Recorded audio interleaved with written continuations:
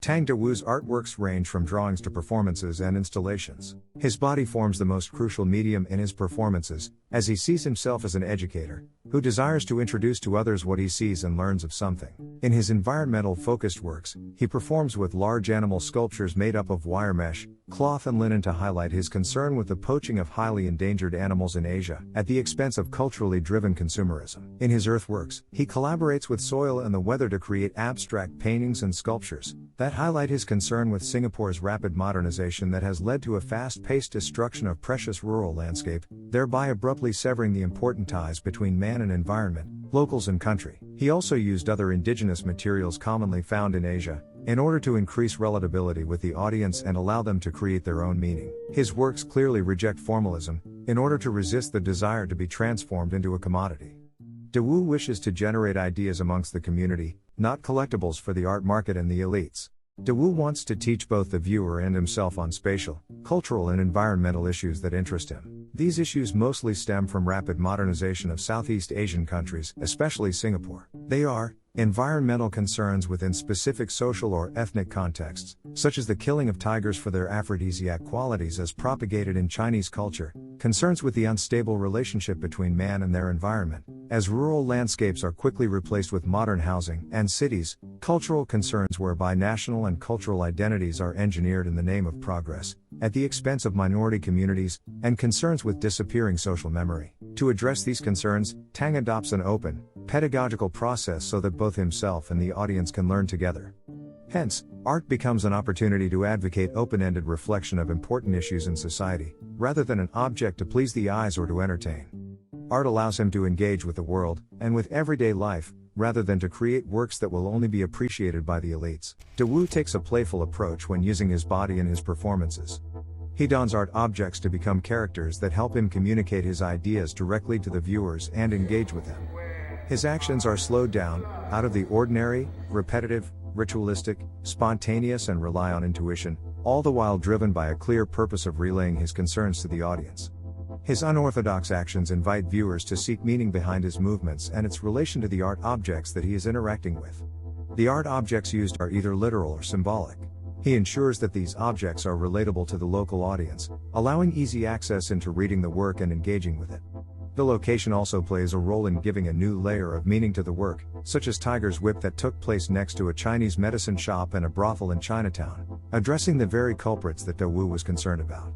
Other materials include Chinese calligraphy and charcoal, both of which are versatile mediums that allow him to capture his intuition and spontaneous energy as he relays his ideas onto the canvas. Dawu's desire to use art as a means to learn about the world is seen in his earthworks. His interest in Singapore's soil that he found in a barren land cleared for housing development in Ang Mo Kio led to a variety of processes that allowed him to have a closer investigation of the soil. He approached the soil to feel it, smell it and see how it leaves marks, in order to understand its nature. Through his processes, he reveals the local Earth's tonal range, textures and layers, and invites us to take a closer look at the environment around us that we tend to take for granted. His works create dialogue, and invite us to see the world in new ways. Dawu also uses art to highlight the state of the arts in Singapore, and how it should not merely be created for decorative purposes, or serve the government's narrative. He reacted to a 10-year ban on unscripted performance art by the National Arts Council in 1994, by asking permission from the president at an art exhibition to wear a jacket, emblazoned in gold "Don't give money to the arts," before giving him a note with the words "I am an artist. I am important." This was a brave plea and also an inquiry of the true role of art in a young nation. After gaining independence, Singapore artistic study and practices remained within the realms of individual artists and private interest groups. The separation from Malaysia was very traumatic for Singaporeans, as it severed long-standing relationships. With a void due to the loss of the Malayan identity, Singapore sought to strive towards modernization, by dehistoricizing and decontextualizing Singapore.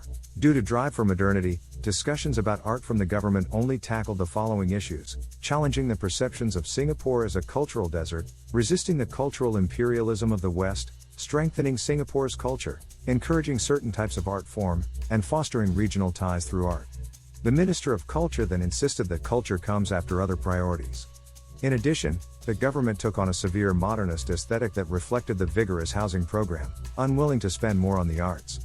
With little emphasis on art, many art societies took on the role of trailblazing the local art scene into a postmodern era, such as the Artist Village. In 1988, Tang founded the Artists' Village and his Kampung chicken farm in Sembawang. The first art colony to be established in Singapore, it aimed to encourage artists to create experimental art that uses artistic medium directly and boldly without artifice, expresses highly charged emotional and psychic states, and engages the viewer in a more dynamic manner. Members of the public were often invited to participate in an active dialogue through the production of their works. Events were also conducted in public areas to promote active dialogue with non-museum goers, thereby increasing the active relationship between art, artist and society. TAV was well received by Singapore public, and slowly gained international recognition. It was through this village that many aspiring Singaporean artists lived and worked, and began to move away from modern art into avant-garde art, addressing concerns that were very different from the government's agenda. TAV was closed due to urban redevelopment, and moved to Pulau Ubin.